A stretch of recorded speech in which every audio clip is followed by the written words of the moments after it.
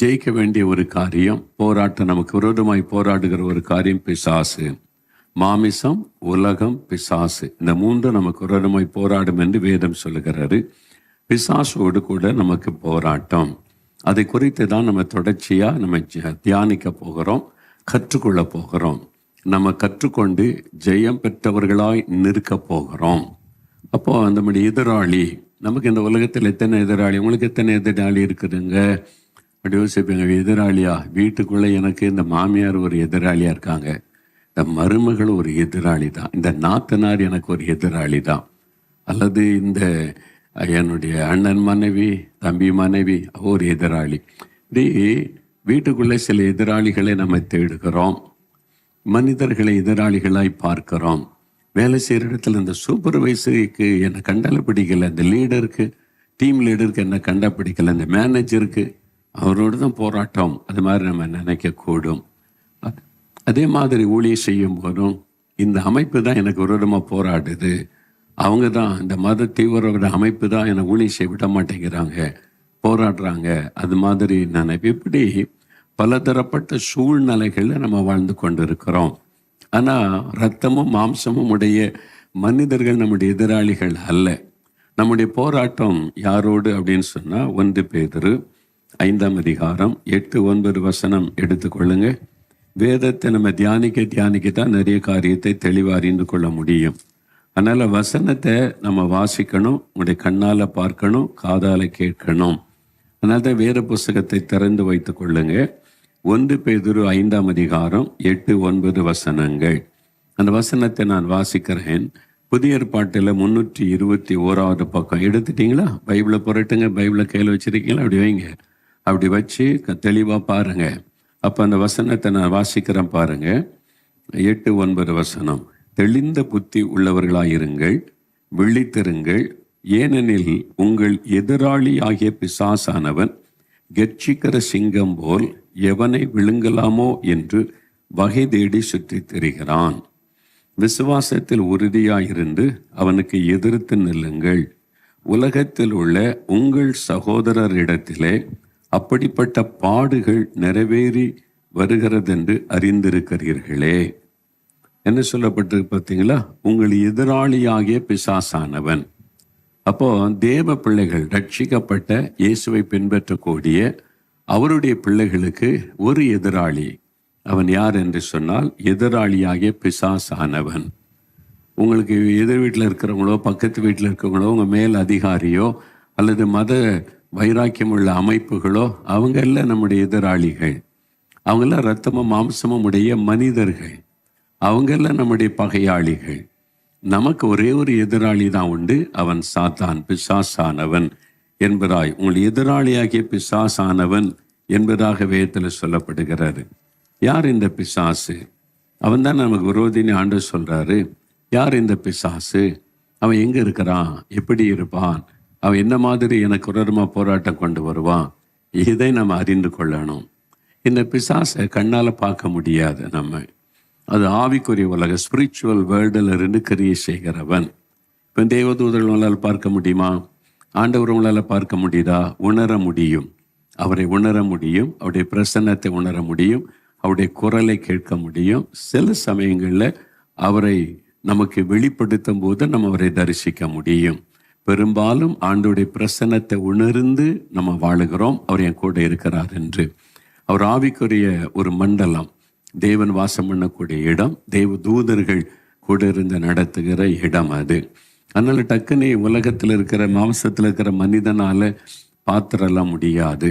அதே மாதிரி தான் எதிராளியாக பிசாசானவன், அவனும் ஆவியாக இருக்கிறவன். என்றால் அவனை விழுந்து போன தூதன் தானே. அவன் ஒரு ராஜ்யத்தை ஸ்தாபித்து வைத்திருக்கிறான். பரலோகத்தில் தேவன் தன்னுடைய ராஜ்யத்தை ஸ்தாபித்து வைத்திருக்கிறார். அங்கு தேவனுடைய சிங்காசனம், கர்த்தர் மகிமையாய் வீற்றிருக்கிறார். கோடான கோடி தூத சேனை அவருக்கு இருக்கிறது.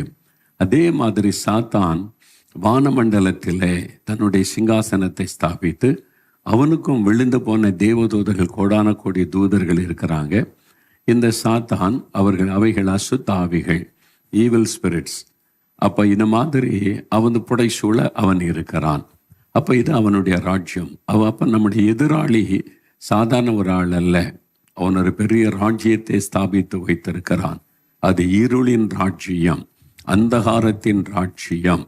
அது தேவனை எதிர்க்கிற ஒரு ராஜ்யம், தேவனுக்கு சொந்தமான எல்லாவற்றையும் எதிர்க்கிற ஒரு ராஜ்யம்.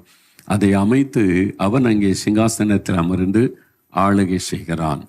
அவன் அங்கு இருந்து கொண்டுதான் பூமியை அவன் தன் கண்ட்ரோலுக்குள்ள, கட்டுப்பாட்டுக்குள்ள வைத்துக்கொள்ள போராடுகிறான். அதனால தான் இயேசு அவனை குறித்து சொல்லும்போது உலகத்தின் அதிபதி என்று அவனை சொல்லுவதை பார்க்கிறோம். எப்படி பரலோகத்திற்கு அதிபதியாய் கர்த்தர் இருக்கிறாரோ, அவன் இந்த உலகத்தின் அதிபதியாக இருந்து செயல்படுகிறான். அப்போ அவன் ராஜ்யத்தை அமைத்திருக்கிறான், அதற்கு அவன் தலைவனாய் இருக்கிறான். அவனுக்கும் ஏராளமான தேவ தூதர்கள் இருக்கிறாங்க. அவனும் பல விதங்களில் ஒரு ராஜ்யத்தின் செயல்பாடுகள் மாதிரி எல்லாத்தையுமே செயலாற்றுகிறான். எப்படி ஒரு அரசாங்கம் பாருங்க, அது ஆளுகை செய்கிற தலைவர், அவருக்கு கீழே மந்திரிமார்கள், ஒவ்வொரு நாட்டுக்கும் ஸ்தானாபதிகள், அம்பாசிடர்ஸ், அவங்களெல்லாம் வச்சு அந்த நாட்டுடைய ரெப்ரஸன்டேட்டிவ் வைத்து உலகத்திலும் தொடர்பு வைத்திருக்கிறதை போல சாத்தானும் அவனை கீழே படைகளை வைத்திருக்கிறான், ஆட்களை வைத்திருக்கிறான், அந்த ஆவிகளை வைத்திருக்கிறான். ஒவ்வொரு ராஜ்யத்தை ஆளுவதற்கு அந்தந்த பட்டணங்கள், தேசத்தை ஆளுகிற அந்த ஆவிகளை அவன் நிர்ணயம் பண்ணி வைத்திருக்கிறான். அது உலகத்தின் அதிபதி, அந்த தேசத்தின் அதிபதி என்று அழைக்கப்படுகிறது. அவனும் அப்படி செயலாற்றி கொண்டிருக்கிறான். அப்போ இதை குறித்து தான் முழுமையாக நம்ம அறிந்து கொள்ளணும். எதிராளியை நம்ம ஜெயிக்கணுமானா அவனை பற்றி நம்ம தெரிந்திருக்கணும். அவனுடைய ஆரிஜின் எது, எங்கிருந்து அவன் வந்தான், ஏன் இப்படி அவன் செயலாற்றி கொண்டிருக்கிறான், அவனுக்கு எவ்வளோ பேர் சப்போர்ட் பண்ணுறாங்க, அவனுடைய படைகள் என்ன, அவனுடைய பலம் என்ன, அவனுடைய பலவீனம் என்ன, அவன் எங்கிருந்து செயல்படுகிறான், உலகத்தில் என்னென்ன விதங்களில் செயல்படுகிறான் என்பதெல்லாம் நம்ம தெளிவாக அறிந்து கொள்ளணும். அப்போ தான் நம்ம சாத்தானை ஜெயிக்க முடியும். என்ன, இது கடைசி காலம், அவனுடைய தாக்குதல் பலமாகத்தான் இருக்கும். ஏனென்று சொன்னால் வெளிப்படுத்தின விசேஷம் 12ஆம் அதிகாரம் 12ஆம் வசனம் பாருங்க. இந்த கடைசி கால சம்பவங்கள் நடக்கிற காரியத்தை தான் வெளிப்படுத்தின விசேஷத்தில் ஆண்டவர் விவரித்து எழுதி வைத்திருக்கிறார். இப்போ நம் கண் முன்னால் அதெல்லாம் நிறைவேறுகிறது. பார்த்தீங்களா? இப்போ வெளிப்படுத்தல் 12:12 நாம் பார்க்கிறோம், பிசாசானவன் தனக்கு கொஞ்ச காலம் மாத்திரம் உண்டென்று அறிந்து மிகுந்த கோபம் கொண்டு உங்களிடத்தில் இறங்கினபடியால் உங்களுக்கு ஆபத்து வரும் என்று சொல்ல கேட்டேன். அப்போ அவனுக்கு கொஞ்ச காலம்தான் இருக்குது. இல்லைங்க, உலகத்தின் முடிவுக்கு கொஞ்ச காலம்தான் இருக்குது, சாத்தானுடைய முடிவுக்கும் அப்படிதான் கொஞ்ச காலம்தான். இப்போ அவனுக்கு தெரியும், அவனுக்கு கொஞ்சம் குறிப்பிட்ட காலம் இருக்கிறதுனால தான் அவனுக்குள்ள கோபமும் எரிச்சலும் உண்டாகிறது. இவ்வளோ காலம் இன்னும் ஆயிரக்கணக்கான வருஷம் இருக்குது, நம்ம ஜாலியாக ஆட்டம் போடலாம், மக்களை வசப்படுத்தலாம், கிரியை செய்து கொண்டு இருந்தான். இப்போ அவனுடைய அழிவின் நாட்கள் நெருங்கி விட்டாரு. அவனை ஆண்டவர் பாதாளத்தில் முடக்கி வைக்கிற நாட்கள் நெருங்கி விட்டாரு. கொஞ்ச காலம்தான் இருக்குது, அவனுக்கு தெரியும். அதனால தான் எந்த காலத்திலும் இல்லாத அளவிற்கு அவன் பயங்கரமாய் கிரியை செய்கிறதையும் இதுவரை கேள்விப்பட்டிராத விதத்தில் அவன் செயல்படுவதையும் இந்த நாட்களிலே நம்ம பார்க்க முடிகிறது. ஏன்னா கொஞ்ச காலம் இருக்கிறத கோபம் கொண்டவன் பூமியில இறங்கி இருக்கிறான். அப்போ அதை குறித்து தான் வேதத்தில் சொல்லப்பட்டு இருக்கிறது. இந்த கடைசி காலத்தில் அவன் முழு வேகத்தோடு செயல்படுவான்.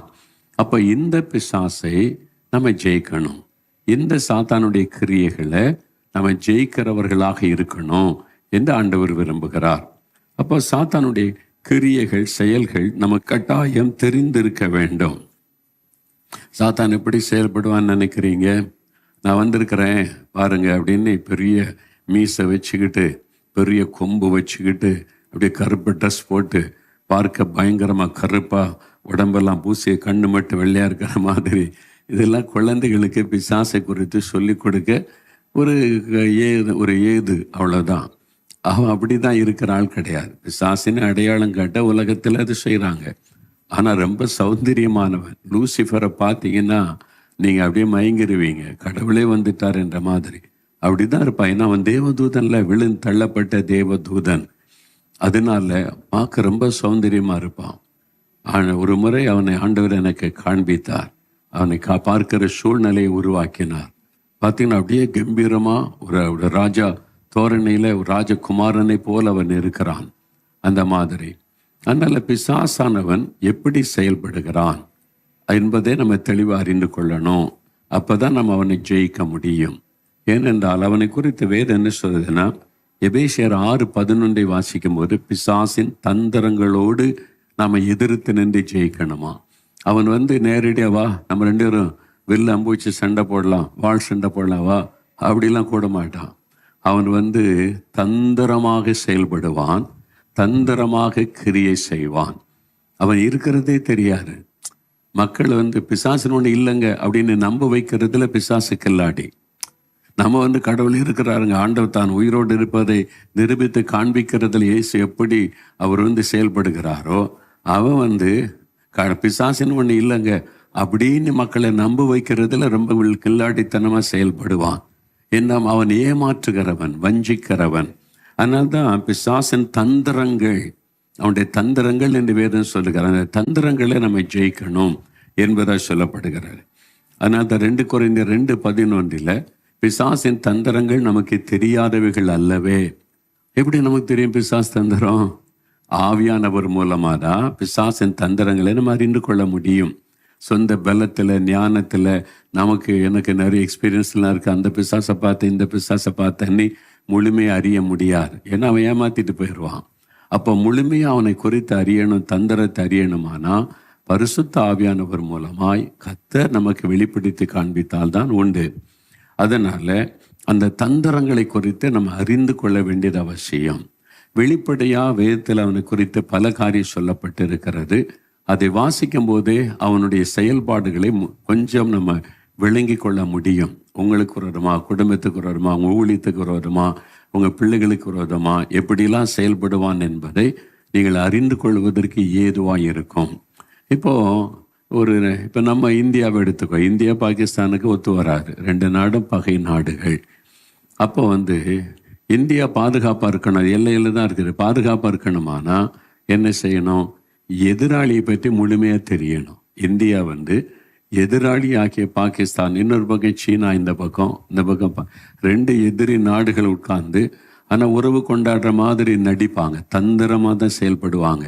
இந்த 2 நாடுமே இந்தியாவுக்கு விரோதமாக தந்திரமான பல செயல்களை செய்து கொண்டே இருக்கிறாங்க. நேரடியாக யுத்தத்துக்கு வர மாட்டாங்க, ஆனால் தந்திரமாக பல காரியம். பாகிஸ்தானை எடுத்துக்கொண்டீங்கன்னா தீவிரவாதிகளை தயார் பண்ணி ரகசியமாக இந்தியாவுக்குள்ள அனுப்பி குண்டுகளை வெடிக்க வைத்து மக்களை ரத்த சிந்த வைத்து பொருளாதாரத்தை பாதிக்கணும். ஒரு சமயத்தில் இந்தியா பணத்தை பாகிஸ்தானில் எக்கச்சக்கமாக பிரிண்ட் பண்ணி கள்ள நோட்டுகளை இந்தியாவுக்குள்ளே கொண்டு மக்கள் மத்தியில் பரவ விடுவார். அப்போ இந்தியாவுடைய பொருளாதாரம் பாதிக்கப்படவில்லை. ரகசியமாக இப்படி தந்திரமான யுத்தம் செய்வது, அது மாதிரி கள்ள படகுல வர்றது, திருட்டுத்தனமாக வருவது. அப்போ இதுதான் இப்போ எதிராளி என்கிறவன் அப்படிதான் நேரடியாக நான் வந்திருக்கிறேன் பாகிஸ்தான், எங்கள் தீவிரவாதிகளை அனுப்புகிறேன், உன்னால் முடிஞ்சா நீ தடுத்த பாரு அப்படிலாம் சவால் விட மாட்டான். தந்திரமாக தான் செயல்படுவாங்க. அப்போது அவனுடைய தந்திரங்கள் என்ன? இதை இந்தியா தெரிஞ்சு வச்சிருந்தாதான் பாதுகாப்பாக இருக்க முடியும். அவங்க எங்கெல்லாம் உடைய முகாம்களை அமைச்சிருக்கிறாங்க. நம்முடைய இந்திய பார்டரில் தான் இருப்பாங்க, ரொம்ப தூரமாக இருக்க மாட்டாங்க. சில காரியத்தை தூரமாக வச்சு தயார் பண்ணாலும் பார்டரில் தான் கொண்டு அவங்களுடைய குண்டுகளெல்லாம் குவிச்சு வச்சுருப்பாங்க. டேங்குகள், அப்புறம் விமானங்கள், அப்புறம் சண்டை போடுற விமானங்கள், ஆட்கள், துப்பாக்கிகள், குண்டுகள் என்று சொல்லி அது மாதிரி வச்சுருப்பாங்க. எல்லாம் வெளிப்படையெல்லாம் பார்க்குற மாதிரி ஷோ பண்ணிலாம் வைக்க மாட்டாங்கல்ல, மறைத்து வைப்பாங்க. தந்திரமாய் பயன்படுத்துவதற்கு காட்டுக்குள்ளெல்லாம் அப்படி ஒரு முகாமை இருக்குன்னு தெரியாத அளவிற்கு அமைச்சு வைப்பாங்க. அப்போ இதெல்லாம் இந்தியாவுக்கு தெரியணும், எங்கெல்லாம் எதிரிகளுடைய முகாம்கள் இருக்கிறது அதை முதல்ல தெரிந்து கொள்ளுவாங்க. அதுக்கு இங்கேருந்து ஸ்பை இதுக்குன்னு ஆட்களை அனுப்புவாங்க, சேட்டலைட் மூலமாக கண்காணிப்பாங்க. அப்போ அந்த நடமாட்டத்தெல்லாம் கவனித்து இந்தியாவுக்கு விரோதமாக பாகிஸ்தான்கிட்ட என்னென்ன பிளான் இருக்குது அதை கவனிப்பாங்க.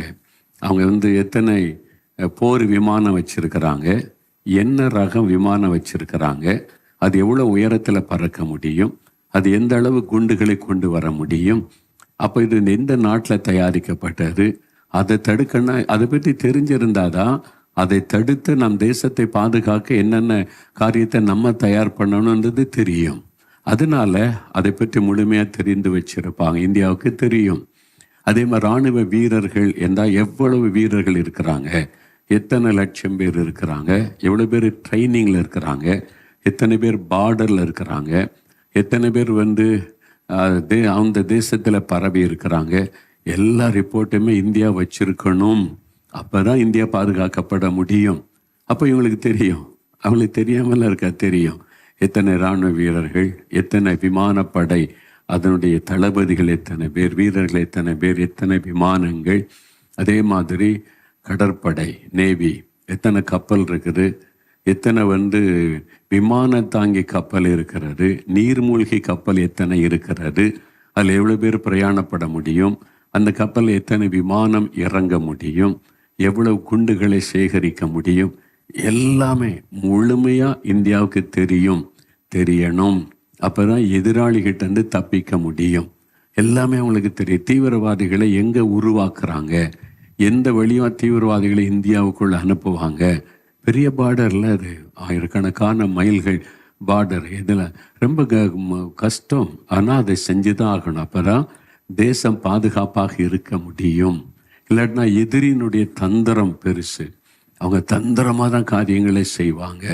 தந்திரமாய் பாருங்கள், ஒரு காலத்தில் பலூன் கேஸ் பலூனில் அதில் வச்சு கள்ள நோட்டெல்லாம் வச்சு உள்ள அனுப்புனாங்க இந்தியாவுக்குள்ளே. பார்த்தீங்களா? அப்போ உள்ள ஆள் வந்து கண்டுபிடிச்சிடறாங்க. நீ பலூன் அப்படியே அனுப்பி அது புஸ்ஸுன்னு கீழே வந்து ரூபா நோட்டுகள் மக்கள்லாம் எடுத்து பயன்படுத்த ஆரம்பிச்சிருவாங்கல்ல. இந்த மாதிரிலாம் தந்திரமாக பல காரியம் செஞ்சாங்க. அப்போ எதிராளியினுடைய தந்திரங்கள், சாத்தானுடைய தந்திரங்கள் என்னன்னு தேவ பிள்ளைக்கு தெரியணும். நாம் வந்து தேவனுடைய பிள்ளைகளாக தேவனுடைய ராஜ்யத்தின் பிள்ளைகள் ஆயிட்டோம்.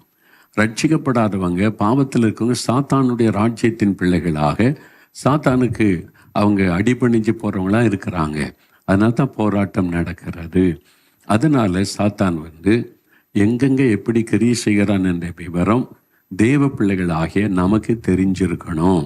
அப்போ தான் நம்ம அவனை ஜெயிக்க முடியும். சொல்லுவோம், பிசாசை போட்டுலாம் எதுக்குங்க, ஆண்டவரை பற்றியே பேசினா போடுங்க, எதுக்கு சாத்தான் எதுக்கு அவன் மேலே பழியை போட்டு அவனை செய்கிறாரு?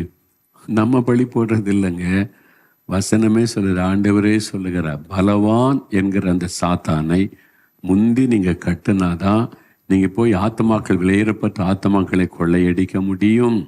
அதனால் அவனுடைய கிரியைகள் கட்டப்படணும், முடக்கப்படணும். அவன் மக்களை மயக்கி வச்சிருக்கிறான், அடிமையாக்கி வைத்திருக்கிறான், மனக்கண்ணை குருடாக்கி வச்சிருக்கிறான். இதெல்லாம் தெரியாமல் நீங்கள் இப்போ சுவிசேஷம் அறிவிக்கிற ஊழியம் செய்கிறன்னா ஜெயிக்க முடியாது, பலனை பார்க்க முடியாது. முதல்ல அவனுடைய தந்திரங்களை நம்ம அறிந்து அவனுடைய கிரியைகளை முடக்கினால் ஒழிய நம்முடைய செயல்களில் ஜெயம் பெற முடியாது. அதனால தான் ஆண்டவர் வந்து இந்த நாட்களில் நம்முடைய சத்துருக்களை நம்ம அறிஞ்சு வச்சிருக்கணும் என்பதை குறித்து ஆண்டவர் தெளிவாய் பேசுகிறார்.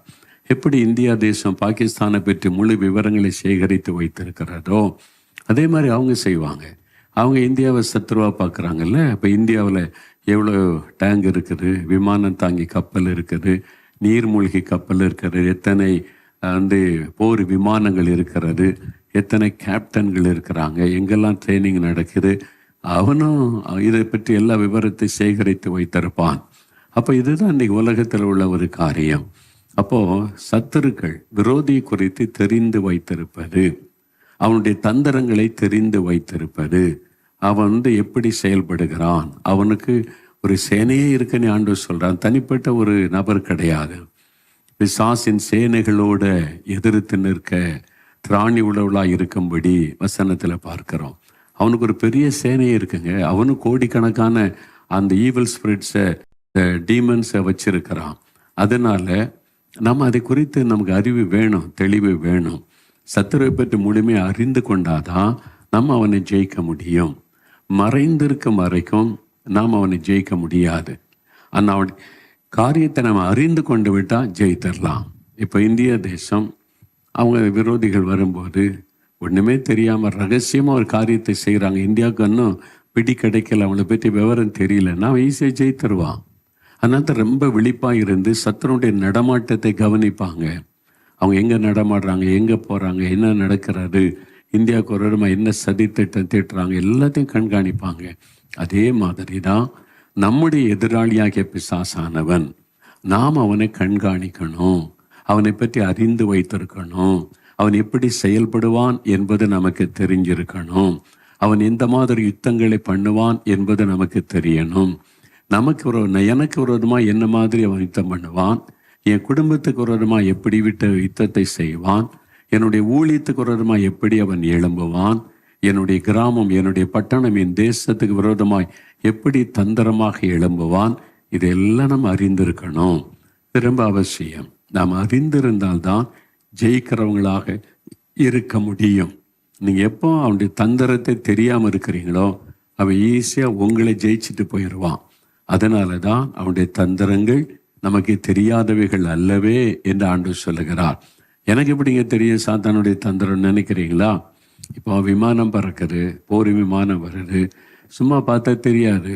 அது எத்தனையோ ஆயிரக்கணக்கான அடி உயரத்தில் பறக்கும், டர்னு அப்படி போகும், பல ஆயிரக்கணக்கான மைல் ஸ்பீடில் போகும்.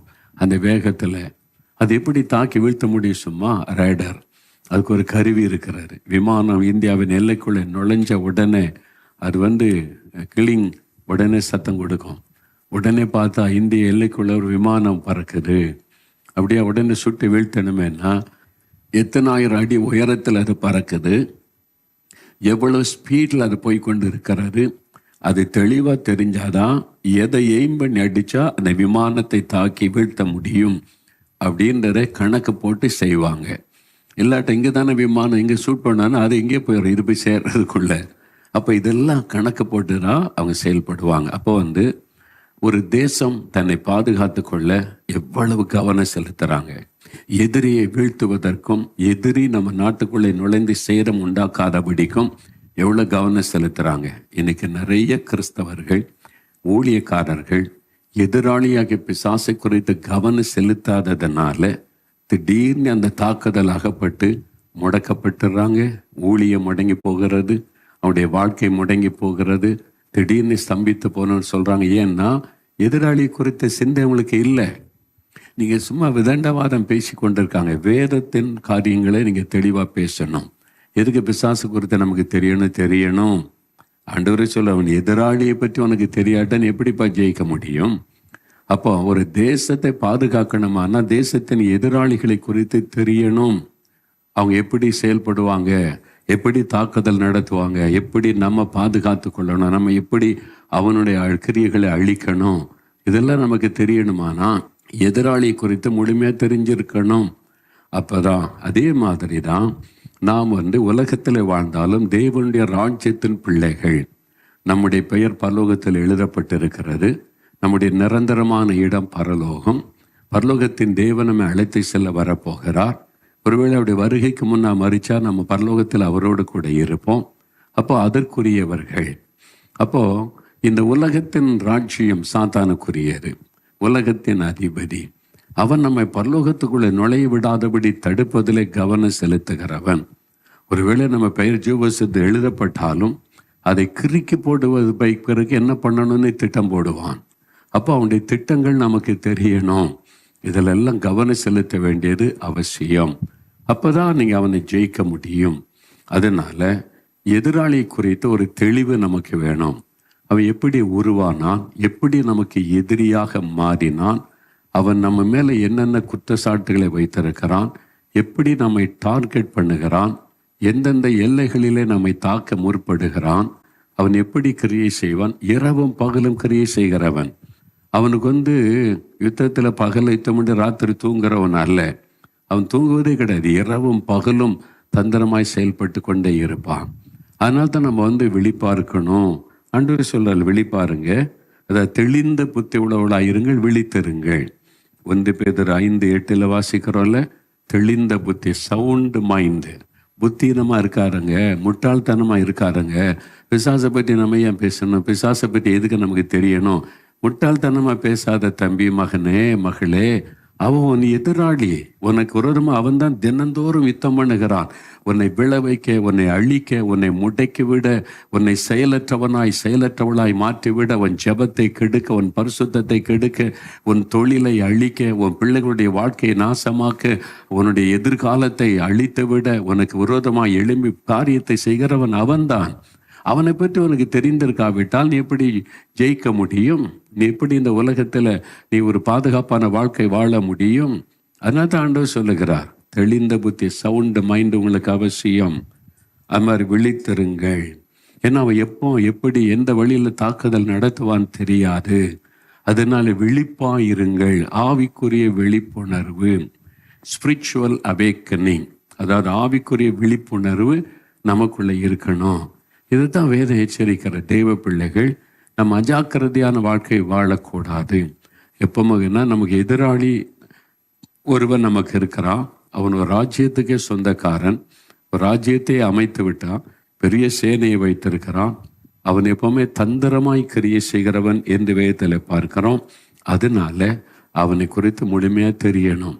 உங்களுக்கு என்ன தெரியும் அவனை குறித்து அப்படின்னு கேட்டால், முழுமையாக 100% தெரியணும் அவசியம் இல்லை. ஓரளவு நமக்கு தெரிந்திருந்தாலே, நமக்கு விரோதமாய் அவன் என்னென்ன செய்வான் தெரிந்து கொண்டிருந்தாலே நம்மை ஜெயித்து விட முடியும். அப்போது தனிப்பட்ட ஒரு தேவ பிள்ளைக்கு விரோதமாய் அவனுடைய யுத்தம் வேற மாதிரி இருக்கும். ஒரு சபைக்கு விரோதமாக அவள் யுத்தம் பண்ணுவது வேற மாதிரி இருக்கும். ஒரு ஊழிய ஸ்தாபனத்துக்கு விரோதமாய் அவள் யுத்தம் பண்ணுகிற முறை வேற மாதிரி இருக்கும். அதே மாதிரி ஒரு தேசத்துக்கு விரோதமாய் அவன் யுத்தம் பண்ணுவது வேற மாதிரி இருக்கும். இன்றைக்கே பாருங்களேன், அவன் அரசாங்கத்தை பயன்படுத்தி அநேக கிறிஸ்தவ ஸ்தாபனங்களை முடக்கி விட்டான்ல. எவ்வளோ ஆயிரக்கணக்கான லட்சக்கணக்கான பேருக்கு இயேசுவின் நாமத்தினால உதவி செய்ததுனால அந்த அன்பின் நிமித்தம் இயேசுவின் நாமத்தை ஜனங்கள் அறிந்து கொள்ளுவாங்க. அதனால சாத்தான் பாருங்க அரசாங்கத்தை தூண்டி எழுப்பி அது மாதிரி கிறிஸ்தவ ஸ்தாபனங்களுக்கு நிறைய காரியங்கள் முடக்கப்பட்டு விட்டார். இது மனிதனுடைய திட்டம் அல்ல, சாத்தானுடைய ஒரு பயங்கரமான திட்டம். இதை குறித்து தெளிவு அறிவு இல்லாததுனால தான் நிறைய கிறிஸ்தவ ஸ்தாபனங்கள் முடக்கப்பட்டு விட்டது.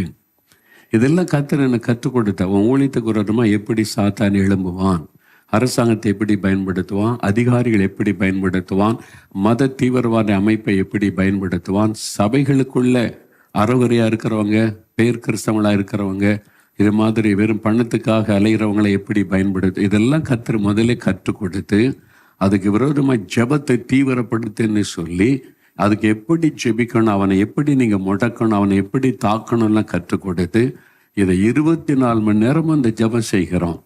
அப்போ 24 மணி நேரமும் விழிச்சிருக்கணும்ல. இப்போ இந்தியா பார்டரில் போர் வீரர்கள் 6 மணி ஆயிரத்து இருட்டிட்டுப்பா எல்லாம் போய் தூங்குவோம், காலையில் வரலான்னு வருவாங்களா? நைட் ஷிஃப்ட் வேற ஆள் இருப்பாங்க. 24 மணி நேரமும் கவனமாக இல்லாட்டா தேசத்துக்கு ஆபத்து.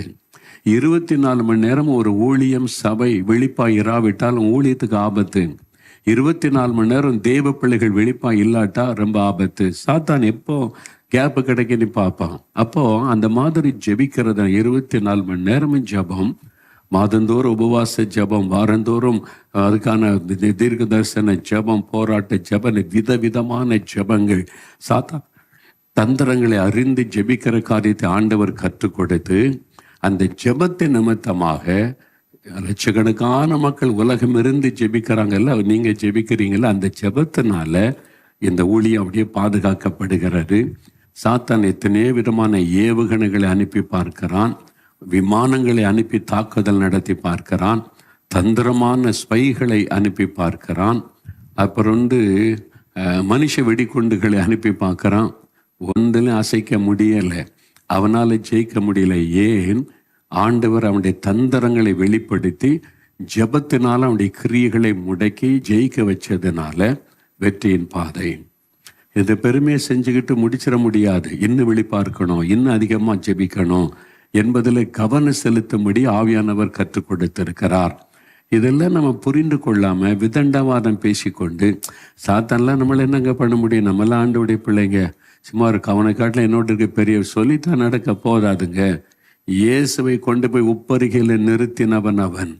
இயேசுவை கொண்டு போய் உயர்ந்த மலையில் நிறுத்தி சவால் விட்டவன் அவன். இயேசுவையே கொண்டு போய் தேவாலயத்தில் நிறுத்தி அவன் உலகத்தையே காண்பித்தவன். உலகத்தை சிருஷ்டித்த அவரிடத்துல அவரை கொண்டு போய் நிறுத்தி ஒரு நிமிஷத்தில் உலகத்தை அவர் கண்முன்னால் கொண்டு வந்து காண்பிக்கிறான். உலகம் எனக்கு சொந்தம் என்பதை சவால் விட அப்படிப்பட்டவன். அதனால்தான் இயேசுக்கு பரிசு பாருங்க, ஒரு ஊழியத்தை ஆரம்பிக்க முன்னால 40 நாள் உபவாசம் பண்ணி ஜெபிச்சு அவனுடைய வல்லமையை முடக்கி விட்டு தான் அவர் ஊழியத்தை ஆரம்பித்தார். கொஞ்ச காலம் என்ன விலகி போனான், மறுபடியும் வந்துட்டான். அப்பப்போ வந்து தாக்கினான், மனிதர்களை எழுப்பினான், வேதபாரகரை எழுப்பினான், அது மாதிரி ஒவ்வொரு ஆட்களை எழுப்பி அவரை கொல்லுவதற்கு போராட்டம் நடத்தி கொண்டே இருந்தான். கடைசி வரைக்கும் அவர் சிலுவையில தான் அவனை வெற்றி சிறந்தார். சிலுவைக்கு போகும் வரைக்கும் அவன் போராடி கொண்டிருந்தான். இயேசு விழிப்பாயிருந்து அவனை ஜெயித்து ஜெயித்து ஜெயித்து தான் அவர் வெற்றி சிறந்து வந்தார்.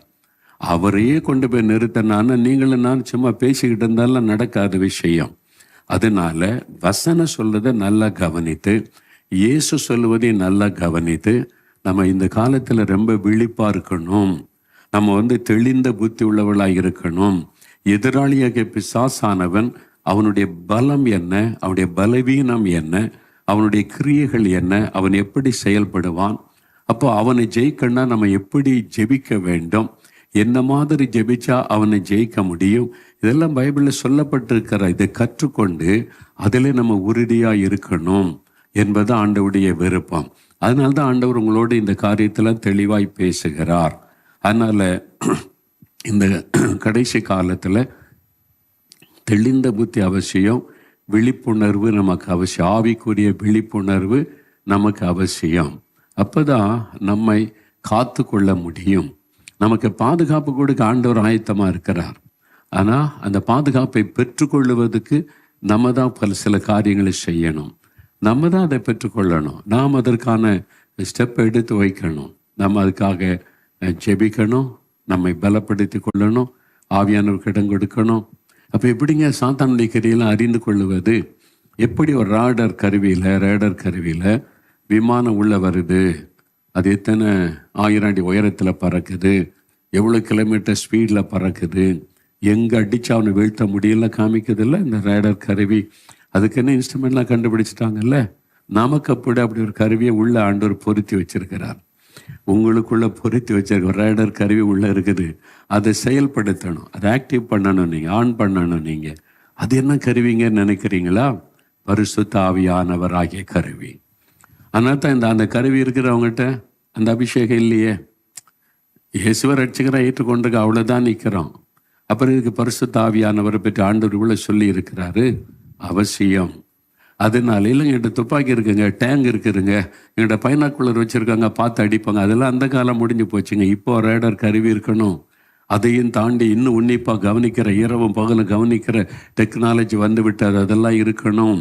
அப்போ தான் நீங்கள் சத்துருவை கரெக்டாக கண்டுபிடிச்சு ஜெயிக்க முடியும்.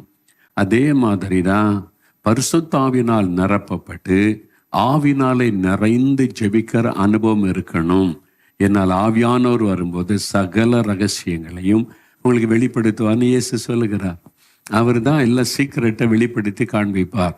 தேவனுடைய நம்மை உண்டாக்கின ஆண்டவருடைய ரகசியங்கள், எதிராளியாகிய பிசாசனுடைய ரகசியங்கள், அவருடைய ஏஜெண்டுகளாய் கிரியைச்சுகிற அசுத்த ஆவிகளின் செயல்பாடுகள், அவனால் பயன்படுத்தப்படுகிற அவனுடைய ஏஜெண்டுகளாய் இருக்கிற மனிதர்கள், அவனுடைய ஏஜெண்டுகளாய் இருக்கிற ஊழியர்கள், இயேசுவின் ஊழியக்காரர் என்ற போர்வையில் இயேசுக்கு ஊழியம் செய்வதமால நடித்து கொண்டு சாத்தானுக்கு ஊழியம் செய்கிற ஊழியர்கள், இதெல்லாம் நம்ம அறியணுமானா ஆவியானவர் என்கிற கருவி ரேடர் நமக்குள்ளே செயல்படணும். அபிஷேகம் பெற்றிருக்குன்னு சொல்லிட்டு அப்போ ஆன் பண்ணணும், செயல்பட வைக்கணும். அதனால தான் நீங்கள் பார்த்தீங்கன்னா இயேசு கிறிஸ்து தினமும் அதிகாலை எழுந்து இருட்டோடு எழுந்து தெய்வ சமூகத்தில் போய் ஜெபிக்கிறார். ஜெபம் பண்ணி பிதாவோடு பேசி இன்னைக்கு எங்கே போகணும், என்ன செய்யணும், இன்னைக்கு சாத்தான் என்னென்ன திட்டம் வச்சிருக்கிறான், சகலத்தையும் அறிந்து அவர் ஊழியம் செய்தனால்தான் அவர் ஜெயம் பெற முடிந்தார். அதைத்தான் ஆண்டவர் நம்மகிட்ட சொல்றார். நீங்கள் ஜெயிக்கிறவர்களாக இருக்கணும். நமக்கு உதவி செய்வதற்கு தான் தேவன் அப்படி பல காரியங்களை நமக்காக செய்ததற்கு சிலுவையில வெற்றி சிறந்து விட்டார். அதை வைத்து சாத்தான் எப்படி ஜெயிக்கிறதுன்னு நமக்கு தெரியணும். சும்மா சொல்லிக்கிட்டே இருந்தாலும் நம்ம ஜெயித்தர முடியாது. அம்மா இயேசு சிலுவையில் பிசாசங்கிரி அழிச்சிட்டார். அப்போயும் அவங்க வீட்டுக்குள்ளே பில்லி சூனிய கிரியை செய்யுது. அப்புறம் அவங்க வீட்டுக்குள்ளே பிசாசு நடமாடுறது தெரியுது. பிறகு அவங்கள தூங்க முடியல, ராத்திரி பிசாசு நிற்கிது. விதண்டவாதம் பேசக்கூடாது, நம்ம அதை ஜெயிக்கணும்.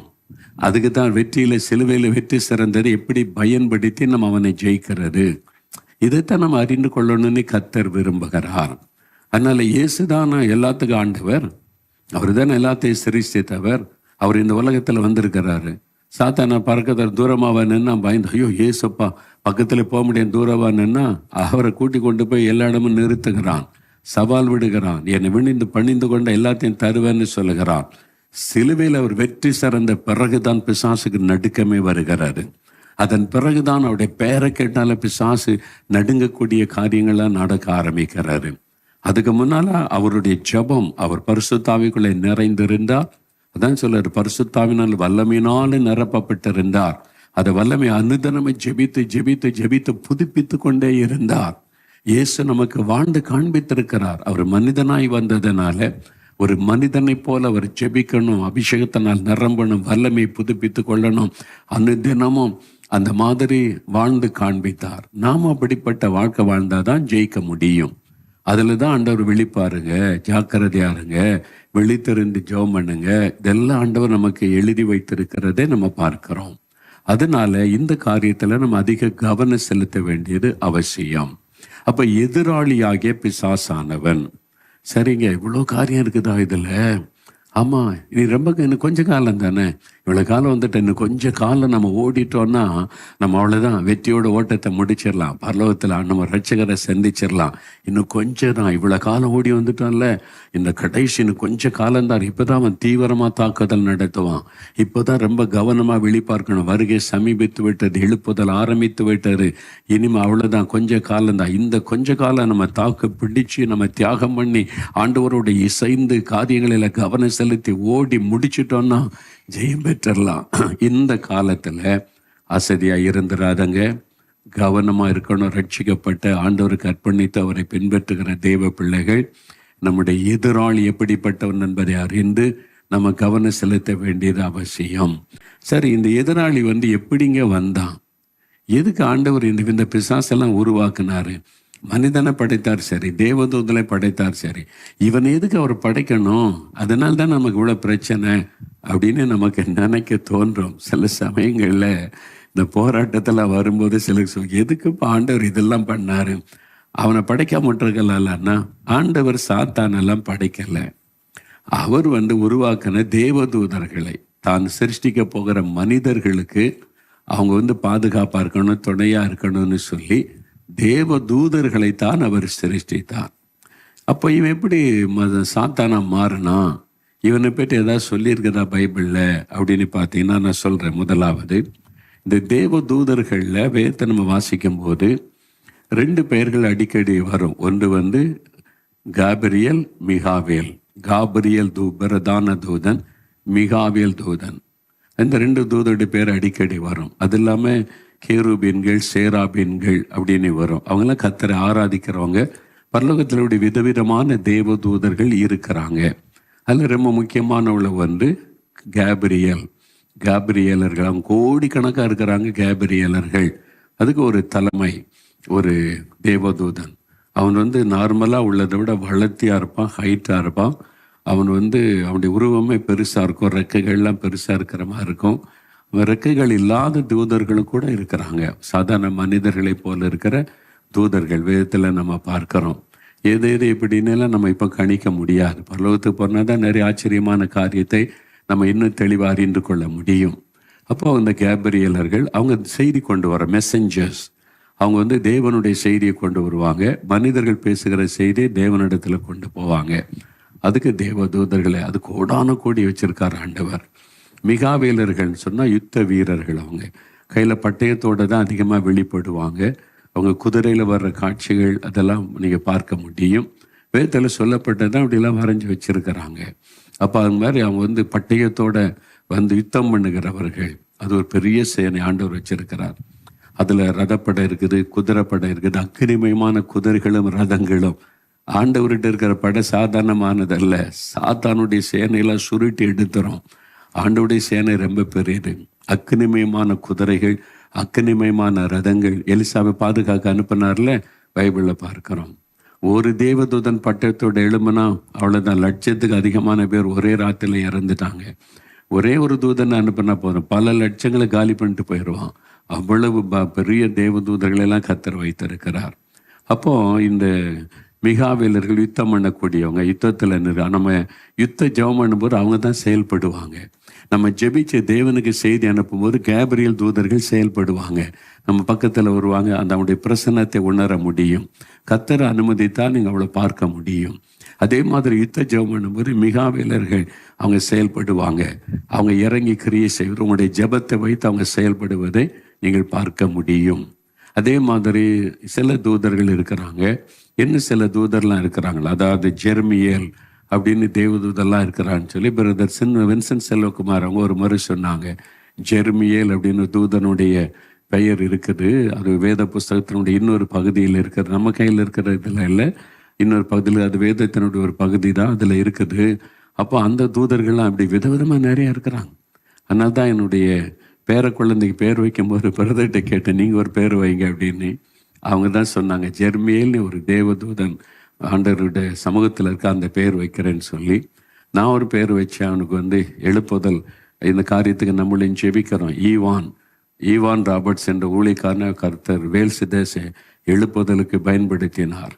1904-5 அது உலக எழுப்புதலாய் மாறினார். அது மாதிரி ஆசிரியருக்கு நான் அந்த பேர் வச்சேன், பிரதர் ஒரு பேர் வச்சாங்க. 2 பேரையும் சேர்த்து தான் ஈவான் ஜெர்மியேல் அப்படின்னு பேர் வச்சிருக்கிறோம். அது ஒரு தேவதூதனுடைய பெயர். அப்போ இன்னொரு தேவதூதன் இருக்கிறான், லூசிஃபர். இந்த லூசிஃபர் என்கிற தேவதூதன் ஆராதனைக்குரிய தேவதூதன். அதான் தேவனுக்கு அடுத்த ஸ்தானத்தில் இருந்தவன். தேவனுக்கு அடுத்த ஸ்தானத்தில் தேவன் வலது கை மாதிரி சொல்லுவாங்கள்ல, அந்த மாதிரி இருந்தவன். ரொம்ப அழகானவனா, சௌந்தரியமானவனா.